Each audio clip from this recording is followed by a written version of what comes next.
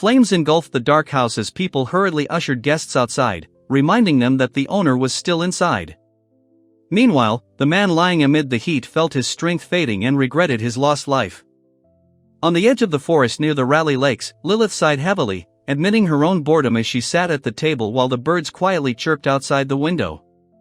The black cat rang the building's doorbell, and Lilith thought about how she dreamed of opening her own boarding house in this world.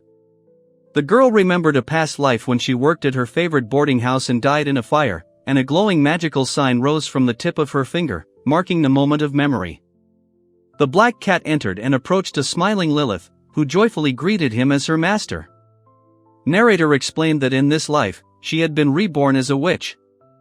She looked around the empty room and the cat passing by, then clenched her fist, admitting that the new boarding house was beautiful, but there were no guests at all, so she had no intention of sitting around doing nothing.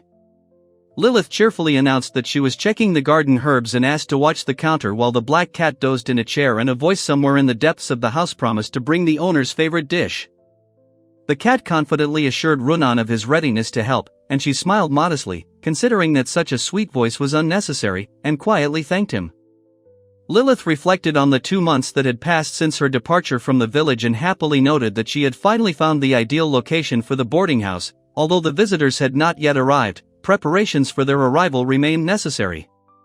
Standing in the garden, she noted that all the herbs, vegetables, and magical materials had been collected, then thanked the witchcraft and decided to pull out the weeds with her own hands. Squirrel called out to her excitedly, and Lilith replied with a smile that she was just checking the vegetables nearby. She happily handed the squirrel the food she had just collected, and after a brief hesitation, the little animal quickly agreed to try the treat. Lilith watched the small animal fondly, wondering about the witch's ability to communicate with beasts, and wondering if it was easier for demi-humans and beastmen to communicate with each other than witches. Narrator explained that demi-humans and beast races existed in this world, but their relations with ordinary people were tense, which is why most inns refused to accept such guests, despite the influx of adventurers in the area. She petted the cat, musing on her desire to embrace demi-humans and beastmen, admiring their ears and charming features. At that moment, the girl called out to Runan, and the scene shifted to the cave entrance, where someone noticed the adventurers appearing. The girl in the maid's uniform explained that the surrounding area was considered dangerous due to the proximity of the cave, which is why the forest was often noisy, and she understood the desire of adventurers to stay in the city for safety.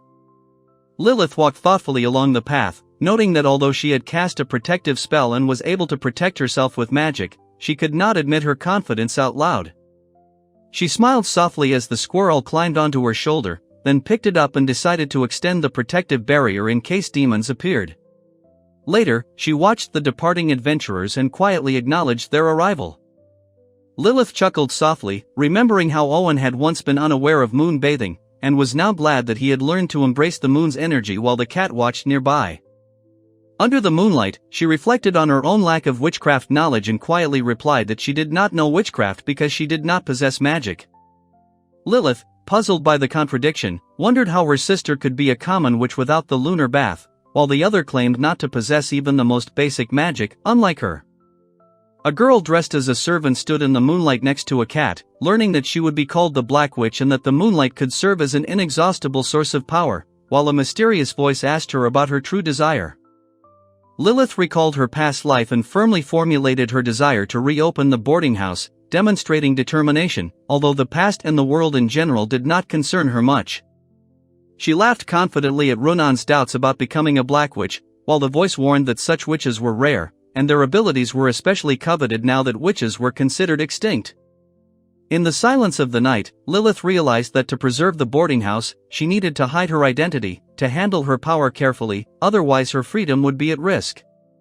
The cat licked its lips, and the girl in the maid's uniform explained the expansion of the protective circle to absorb more lunar energy, noting that the cat instantly woke up when its favorite food appeared.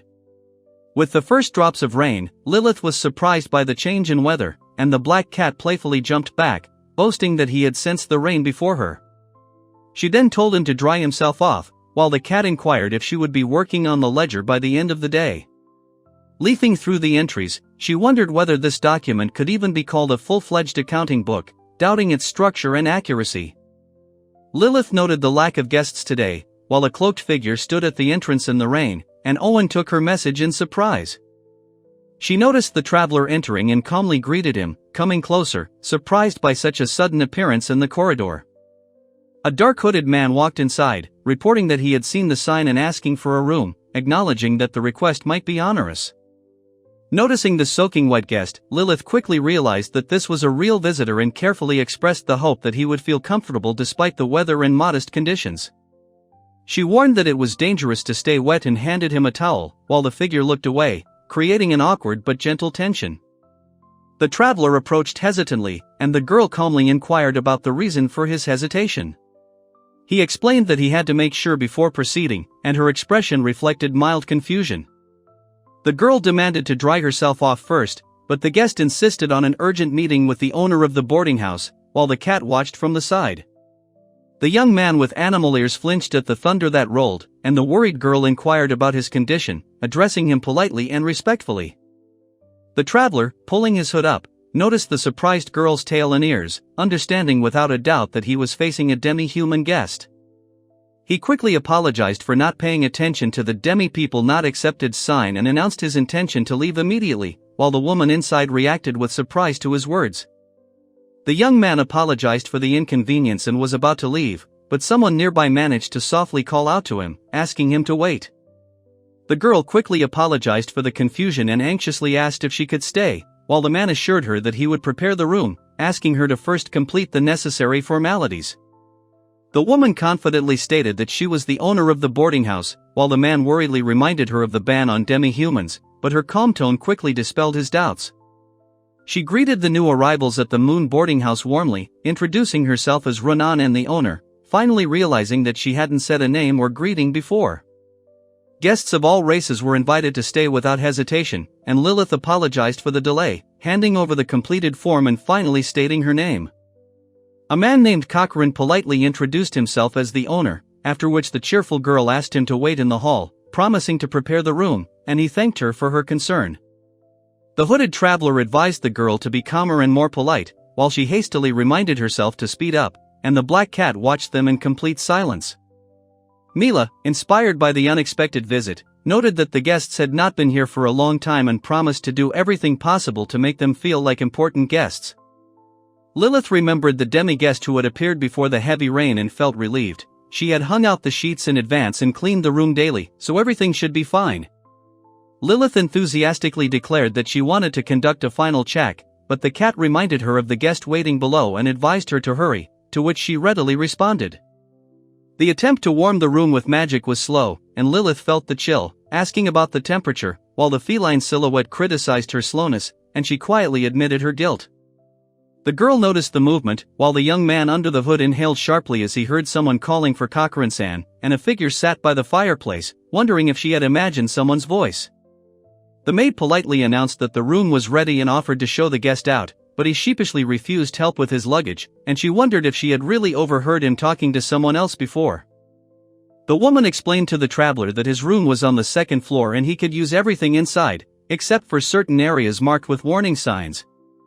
The dark-haired girl cheerfully asked if there were any questions, and the cloaked figure listened to her instructions about the keys to the room and the front door, which would be needed for nighttime returns. The guest was embarrassed, acknowledging the unexpectedness of her politeness and declaring that he had heard everything clearly, and she, slightly confused, assured him that this did not cause any inconvenience. Lilith bowed politely as Owen pointed to her room, thanking her for his concern, and suddenly noticed that her luggage seemed to be larger than she remembered. While sorting through the test tubes, Lilith asked if their visitor was really a demi-human, then confirmed that Cochrane was the only guest, while the cat explained why people avoided demi-humans and expressed doubts about whether it was worth accepting such a guest. The woman calmly explained the differences between demi-humans and humans, mentioning their peculiarities and traditions, and then remarked that she still intended to welcome them warmly despite the initial surprise. The cat sighed heavily, listening to her. She was worried that the guest might catch a cold in the rain, since after going around the boarding house he was still wearing wet clothes. Lilith explained that the cloak was vital for demi-humans, hiding their ears and tail, otherwise people would start to treat them differently once they learned their nature. She stirred the infusion while the black cat noted that most creatures do not hide their essence, so it is more convenient not to let demi-humans in at all, which is, in fact, what the sign at the entrance warned about. Lilith quietly reflected that this traveler did not seem malicious at all, and Owen guiltily admitted his awkwardness and assured that he would leave the room without delay. The cloaked figure mentioned that Kakurin-san didn't have a contract beast, and Lilith, lost in thought, suddenly remembered the demi-humans and anxiously checked the time. The girl explained that it was common among demi-adventurers to make contracts with animals of their own species, imagining a boy with a dog and a girl with a cat, while another listener wondered what abilities Kakurin-san's contract beast might have. Lilith called out to her master, while Runin, the black cat, lay lazily on the floor nearby. She noticed that the potion had already digested and watched the bubbling mass with a slight, annoyed sigh.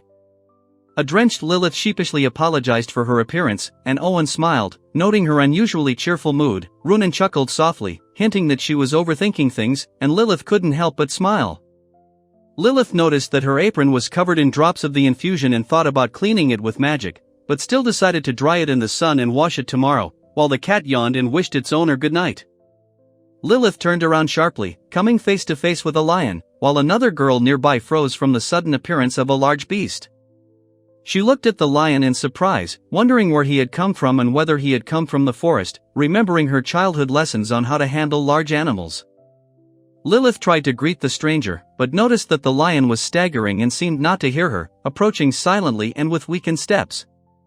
She peered at the lion, assuming his name was Gran, while Owen ran up and began apologizing to the owner, promising to clear up the situation.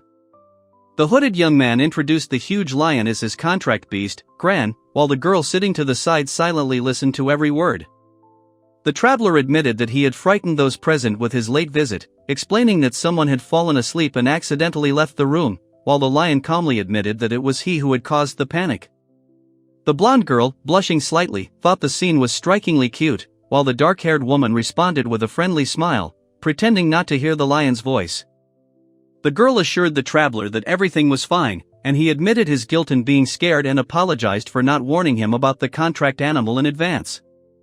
The conversation revealed that the lion's appearance had come as a surprise. One of the interlocutors admitted that he had not checked beforehand, another assured of his steadfastness, and Cochrane reluctantly agreed to leave, although he was comfortable in the room.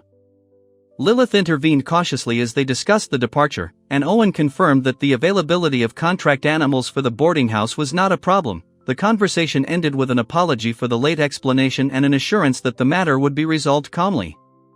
The girl asked if she could stay, while the man became embarrassed as he felt the lion sniffing him persistently. He was about to ask a few questions, but did not know where to start.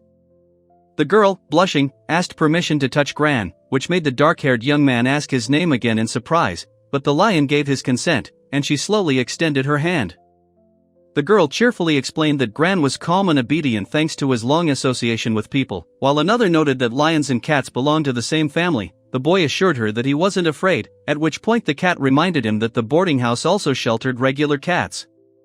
She asked if the young man was overexerting himself, causing him to shut up, and the small animal nearby puffed up and proudly praised his luxurious mane.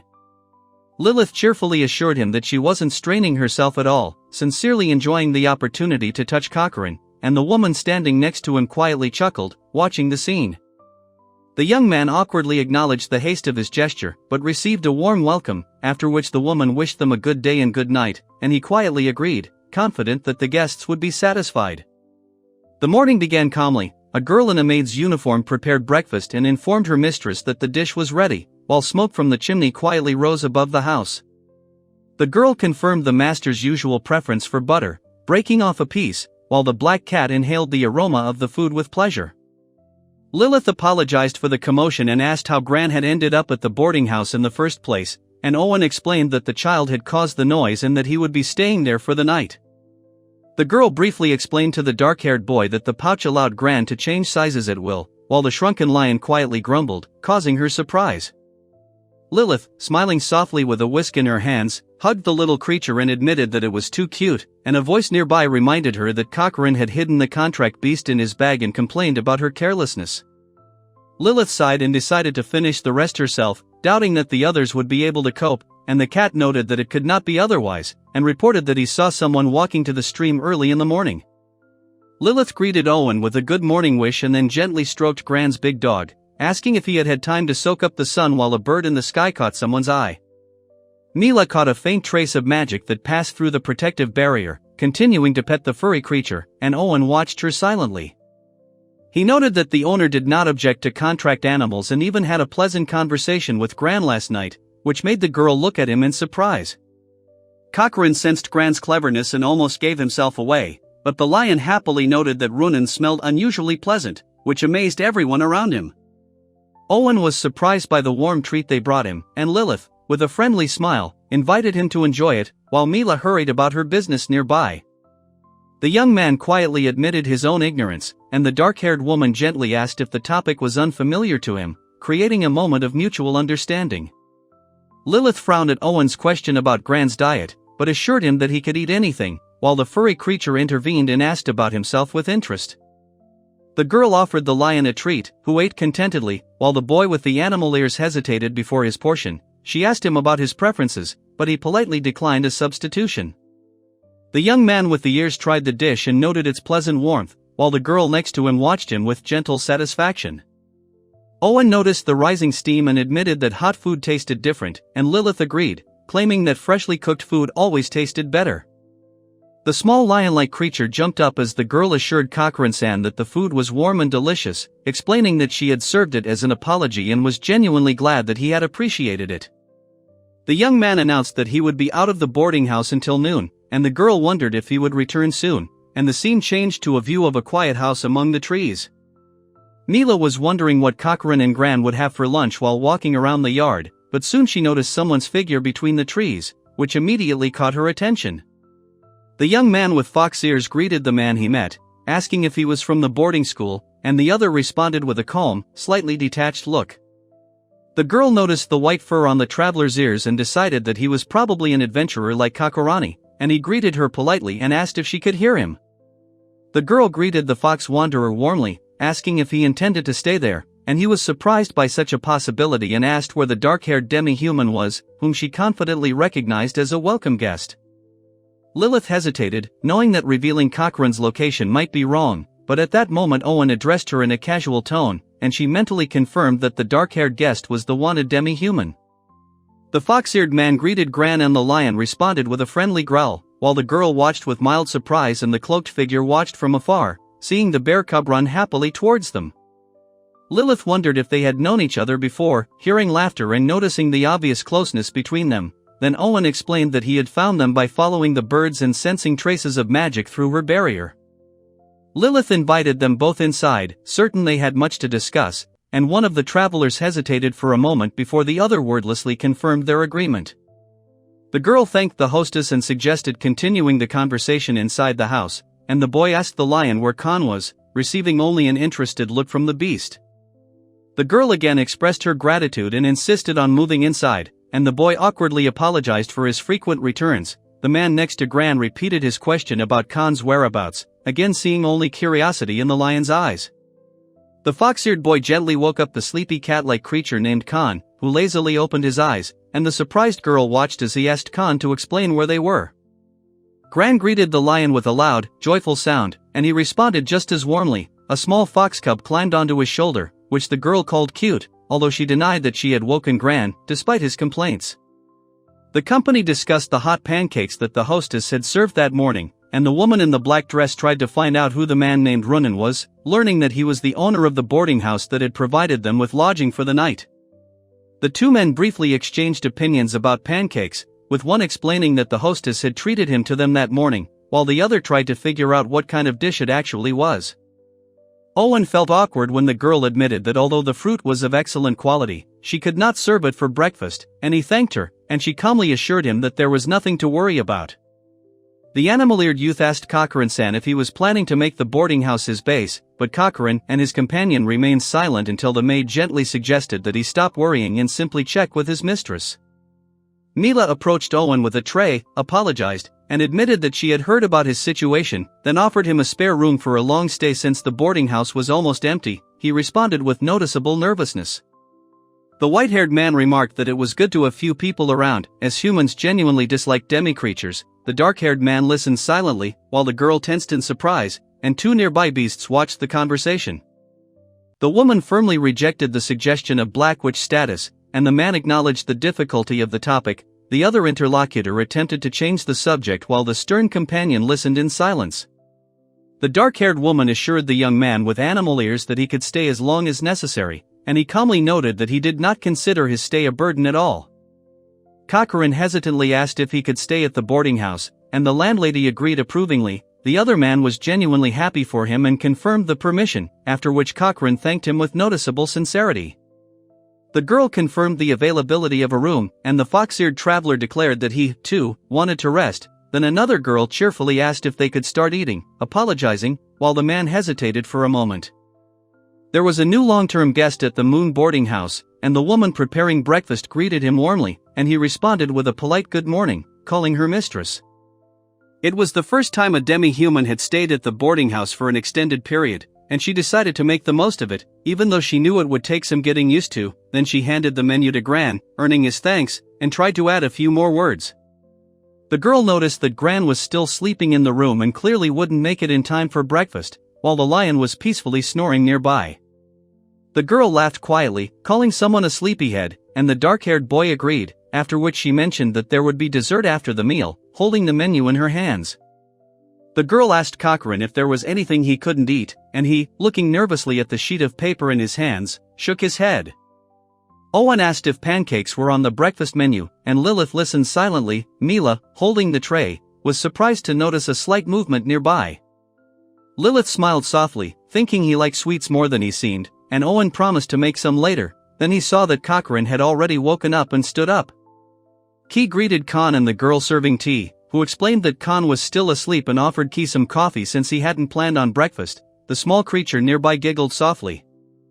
The white-haired man agreed to take something, and the dark-haired man asked if Cochran was going out today. He answered in the affirmative, adding that he would first wake up Gran, who had overslept again. Cochran greeted his hostess before leaving, thanking her for the morning and the food, and she quietly noted that it was just a simple favor. The maid asked her mistress about her concern, and she explained that breakfast was for Gran. The girl reminded her that it had already been paid for and that the lion had simply overslept, and the drawing nearby showed how much Gran loved tart. The young man thanked her, confident that Gran would be pleased, and the maid warmly assured him that there was no need to worry while he prepared to go out. The girl noticed the enthusiasm of the boy who was preparing breakfast for everyone and thought about his obvious inspiration, watching as he slightly looked away. Owen emphasized that he was completely satisfied with the coffee and praised the boarding house as a full-fledged place of rest, and the maid specified what she wanted to serve with the drink, reminding him that Gran would have gone hungry without breakfast. The girl was surprised to hear the man say that the mistress was a rarity, because she accepted demi-people and treated them like human beings. She listened with a tense expression on her face, and he confidently declared that he himself was incapable of being kind to demi-creatures. Lilith felt uneasy when Raoul noted that the wariness was quite natural and wondered if there was something behind such hospitality. Owen held the small creature carefully, explaining that the fur, fangs, and eyes of the beasts were highly prized by the nobility, but Lilith was dubious of his words, not being sure of their veracity. The girl remembered the old admonition that a guest should never feel awkward, so she tried to be attentive, understanding that guests have a responsibility to express their needs so that the service becomes better. The man with fox ears noted that for him, demi-humans and animals are equal as clients, without distinction, while the woman in the black dress was surprised and admitted that she was not hiding anything from them. She recalled with pleasure how she had recently touched Gran, considering such a meeting a rare opportunity to get to know a contract beast, and was glad that she had not missed the chance. Lilith looked slightly embarrassed, responding with an uncertain sound, while Owen, half hidden behind her back, tried to say something, and the other fox-eared observer laughed quietly. The fox-eared man announced that he was leaving now that Khan was awake, and thanked his hostess for the food, and she wondered if it was really morning as the small fox-like creature settled between them. She offered them the remains of the tarte de palladium, and the man smiled softly, inviting them to share the treat. Lilith agreed to take a portion of Khan, and the cat remarked that the baby was difficult to deal with. Owen called Lilith a hypocrite, and she calmly admitted that he wasn't so wrong. Lilith was busy brewing potions while the cat rested nearby. Owen studied the vial hesitantly, and Lilith reminded him that they needed to go sell the potions in town, forcing him to reluctantly agree. Lilith examined the pale infusion, unsure if she had calculated the amount of herbs correctly or why it had nearly exploded, while the cat, having barely woken up, yawned widely. Lilith doubted the need to sell infusions, but the cat assured her that her potions were more effective than standard witch mixtures. The drawer held rows of bottles, and a voiceover explained that only a witch could create a true potion. Another hand held a vial, explaining that modern magic created weak potions due to the limited supply of magical energy. Lilith apologized, stating that she had to sell a batch of infusions today while the cat was laughing, and explained that she was deliberately reducing the density of the magic so as not to arouse unnecessary suspicion. Lilith announced that she was heading into town and would meet the others at the shop, and the cat reminded her to put a bell at the exit, and she assured him that she remembered. The small decorative bell tinkled twice when it was touched, then the owner turned from the counter and raised his hand with a slight smile while the sound still hung in the air. Lilith explained that this bell would immediately signal the arrival of a new guest, and Owen sighed, admitting that, despite the convenience of witchcraft, it remained troublesome. Lilith was thinking about hiring assistants, realizing that then she would have to hide her witch nature, and Owen called out to her from behind. The dark-haired man asked Cochrane if he was going out, and the girl replied that she was heading to the nearest cave, while the cat-eared boy stood silently next to the huge lion. They discussed the danger of the cave, one assured that he would be careful after previous expeditions, the other was amazed at the very idea of going there, and the figure in the cloak said goodbye to the lion. Lilith tried to figure out if the squirrel had mentioned Cochrane-san, and hoped that it didn't concern her business, then quickly soared upward on her broom, holding the suitcase in her hand. The girl tested the invisibility spell on the bird and made sure it worked, then settled on the broom above the city, deciding to hide it from the guards at the gate and add a protective contour just in case. The cloaked figure adjusted his hood and urged Yash on, pausing in front of the massive wooden gates where a guard stood motionless. Lilith, hidden under her hood, silently watched the city, where most shops had posted signs banning beastmen, and watched as passers-by walked past the warnings with indifference. The hooded woman carefully laid out the potions on the counter when the cloaked man asked about magical infusions, selected several, and received them from her hands after a quiet thank you. The young woman smiled warmly at her older brother, and the figure in the distance noted that the impression of manipulation was working, a reminder of the risks for a lonely girl in such a place. Two men were supporting a tired and wounded comrade, and a girl nearby assumed that they were returning from the demon's lair, recognizing them as adventurers. The companions hastily discussed the slow pace and the spoiled restoration potions, one insisting on the need to run to Sahagrito alone, others expressing irritation and demanding that they buy medicine as soon as possible. The man insisted that Sahagrito's poison could be sold at a high price and that he had collected more than usual, warning of the risks, while the hooded girl explained the symptoms and confirmed that they were fighting venomous, overactive predators. The cheerful girl greeted her older brother and asked for a cure for Sahagrito's poison, praising him for his speed and ease of communication. The men discussed the need to remove the bracer while the hooded woman examined the wounded leg, suspecting that the poison had spread through the injury, and began preparing a medicine. The short-haired adventurer anxiously inquired about the effectiveness of the product, and the hooded figure apologized and jokingly noted its harshness. Owen complained that the potion from the next stall was giving him stomach problems, and the hooded girl suggested trying a local paralyzing infusion and listed the available cleansing and healing options. Mila cheerfully urged the captain to drink the potion she had prepared. He hesitantly agreed, and she watched his reaction with glee while someone nearby apologized for the noise amid the bustle of the crowd. A hooded figure watched from behind the wall, while two nearby spoke admiringly of the remedy's effectiveness and expressed relief. The cloaked observer examined the assortment of potions, while another man spoke of the variety with restraint, noting that many of the remedies could be useful to adventurers, although he was not entirely sure. The man abruptly demanded the entire batch of medicines, pointing to the bottles, and the girl in the hood repeated his request in a stunned voice, not hiding her doubts. The cloaked figure confidently acknowledged his previous doubts about the potion's effectiveness, then motioned for someone to step forward, while those around him expressed admiration for Captain Senkin. The girl in the tattered cloak glanced timidly at the other, who, with cheerful ease, inquired about her needs, noticing her intent gaze. The hooded figure handed the medicine to the surprised girl, who handed over the coins with trembling hands, and the stranger advised her to drink the infusion and rest, gently noting that the fee was excessive. The girl thanked him, clutching the bottle tightly, and then bowed to the woman, who explained that the young customer was the daughter of a demi-human, after which she watched her leave intently. Lilith wondered why someone was on this side, and Owen and his two companions discussed the strangely fluttering fabric on her head and mentioned the proximity of the demi-human settlement, considering what was happening unusual. He smiled softly, finding it pleasant to meet the half-beast, while she watched him with a calm, slightly tired look. The hooded figure handed the medicine to the blonde man, apologizing for the intrusion and explaining the lack of other customers. The man accepted the potion with obvious gratitude. The man asked the hooded woman if she could sell him the remedy, and after she agreed, he received the remaining bottles, marveling at their potency. He then asked if she had made them herself, causing her to become visibly embarrassed. Lilith smiled nervously, explaining that she had a good supplier, treating it as a matter of course, and playfully avoided revealing details. Owen handed over the payment, and the other man checked the time of the next delivery, while simultaneously checking the potions received. The hooded figure explained that the stall only appeared occasionally and that there were other shops. The fair-haired man and his companions expressed surprise and hoped to see her again as she disappeared into the bustling hustle and bustle of the market. Lilith reflected on the tense moments surrounding the suspicions regarding the potion's origins, feeling relieved that all the magical concoctions had been sold despite the difficulties. The girl in the cloak looked around anxiously at the three people nearby, and the cat noted that trials were natural in this world, to which she calmly agreed, maintaining a slight smile. Lilith calmly noted that their duties at the inn remained the same, and, hearing the request for a souvenir, offered cucumbers, while the cat sighed and listened to the wind outside.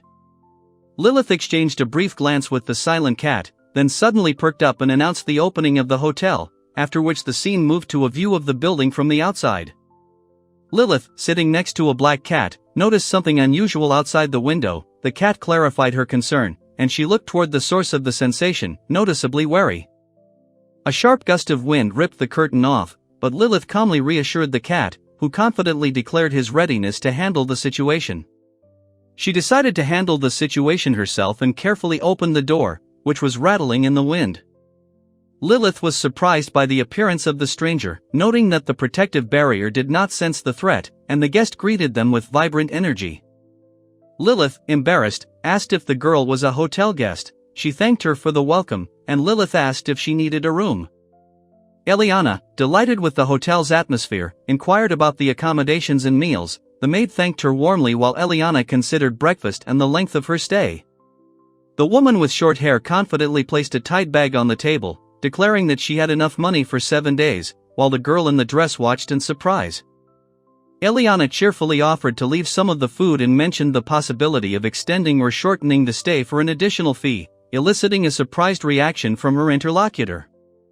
Lilith insisted on giving something in return, despite the girl's embarrassment, and after a brief hesitation, agreed to temporarily keep the item while she prepared to write down her name. Eliana introduced herself as Yuha with joyful sincerity and assured them of her intention to take care of the owners, and Mila invited them to follow her to inspect the room. The fair-haired girl assured the dark-haired one that she felt fine despite the strong wind, and the latter offered to help with the luggage, showing caring concern. Lilith was surprised by Mila's question about her usual choice, and Mila quietly laughed, insisting that everything was fine. Lilith responded hesitantly just as the bell rang. The bear in the coat greeted the guests with a slight tilt of his hat, and a smaller bear cub stood nearby. The two girls watched in amazement until the doorbell rang again. Lilith and Mile were asked about the journey, and Mile responded negatively. Then the bear merchant introduced himself as Yasin and mentioned Top's son, drawing attention to Lilith. The bear was surprised by the human girl's appearance at the forest inn, laughing good-naturedly, and she explained that she was receiving payment for the meal she prepared. He noted that the guest had already had dinner, despite the suddenness of the visit. The girl hesitated while two bears in traditional garb discussed drinks. One studied the menu carefully and noted the peach option. Lilith confirmed the availability of the peach drink, and the bear gulped in anticipation. She decided to use the fruit mixture and promised to bring everything at once. The bears began their meal with noticeable enthusiasm. One offered Toppa a taste of the food, who showed his satisfaction with a satisfied expression, while the other watched with a joyful smile. The bear enjoyed the dish. Noticing the appetizing appearance of the fish, Lilith smiled warmly, expressing her joy that he liked it and apologizing for the wait. Lilith winced as the bear suddenly began to cough, and he awkwardly choked on the piece and tried to swallow it while sitting at the table. Lilith offered him water anxiously, and he reluctantly took a few sips. She asked if he wanted more, watching him and the other bear at the table closely. The bear thanked the girl, affectionately calling her his big sister, assuring her that he was fine. She was touched by his kindness. watching him calmly finish his vegetables. The father bear recalled that travel was rarely easy, explaining to the cub that their circumstances meant their homeland was constantly changing location, and confessed that he was surprised by the human girl who owned the establishment. He sympathized with Tapa and acknowledged his loneliness, while the girl sheepishly tried to reassure him until he suddenly stopped mid-step. The bear suddenly fell asleep, collapsing to the floor, and the smaller cub tried to wake him, suspecting intoxication. The girl watched in amazement, discussing with him the effect of fruit alcohol on such a weak constitution. That night, she noticed that Cochrane and Kika were missing, Yuha was dining out, and no one was left in the room, so she decided to let the bear rest in the room, knowing that he would not wake up. The bear companion folded his paws together, offering to carry Top into the room, while the cub watched him with a questioning expression. The girl demonstrated magic, causing the bear to float into the air, which astonished him. He questioned her abilities, and she modestly acknowledged her minimal skills and suggested that Tapa try the same. The bear rose into the air with a stunned look, while the smiling girl asked if her older sister could do the same with noticeable enthusiasm. Lilith noted the bear's weakness and insisted on carrying him to the bedroom, while the smaller cub floated dozing in the air and the older one watched silently. In the morning, standing outside the house, the bear apologized for the trouble he had caused the previous night, but the girl gently reassured him. He sleepily wished her good morning, and she responded with a warm greeting. Lilith wondered if Top had overslept due to overexcitement or some other reason, as the first drops of rain fell softly outside. Mila happily greeted Runan and offered to have breakfast together, and the bear silhouette remembered yesterday's visitor and received her polite greeting. Owen mentioned feeling unwell after the city food and asked Lilith for a light breakfast. She agreed with a warm smile while Mila poured tea. Cochrane entered the common room and was greeted politely, with the girl asking if he was a previous guest. Nearby, two talkative bears gazed admiringly at the contracted beast, which resembled a majestic lion.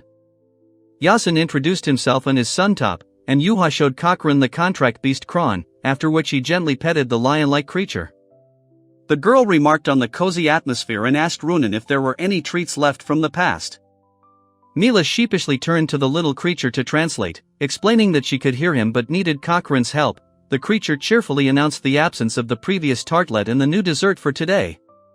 The young man and the furry creature reacted enthusiastically to the warm forest strawberry pancake, while the girl explained to the hostess that she had made it from an abundance of fresh fruit. Mila admired the dessert with delight, eager to try it, and the bear guests offered her strawberry cake, inquiring about her feelings about wild strawberries and candied fruit. She responded with genuine enthusiasm. Lilith handed the treat to the bear, who looked surprised and interested, then looked closely at the bowl of candied fruit and yogurt with syrup, asking if she wanted to try it himself. The girl happily praised Runan's cooking, acknowledging his love for all delicacies, while the lion-like beast ate enthusiastically. Meanwhile, the embarrassed youth stuttered, trying to get her attention. The young demi-human nervously explained that Crane had praised the hostess's masterful cooking and was clearly enjoying her cuisine, quietly sipping his tea and hearing a sleepy expression of gratitude. The girl pointed out that Yasin had work to do in the city, so staying at the inn would be safer. The bear agreed, considering it a better option than leaving the cub alone on the street. Owen inquired about her plans, and Lilith mentioned the demon shrine. Mila clapped her hands excitedly, finding it convenient, and the other girl explained that she was planning to go shopping in the city afterward. The cheerful guest announced her intention to go to the city, after which the bear companion suggested that the three of them go together, while the dark-haired girl listened to the proposal with slight surprise.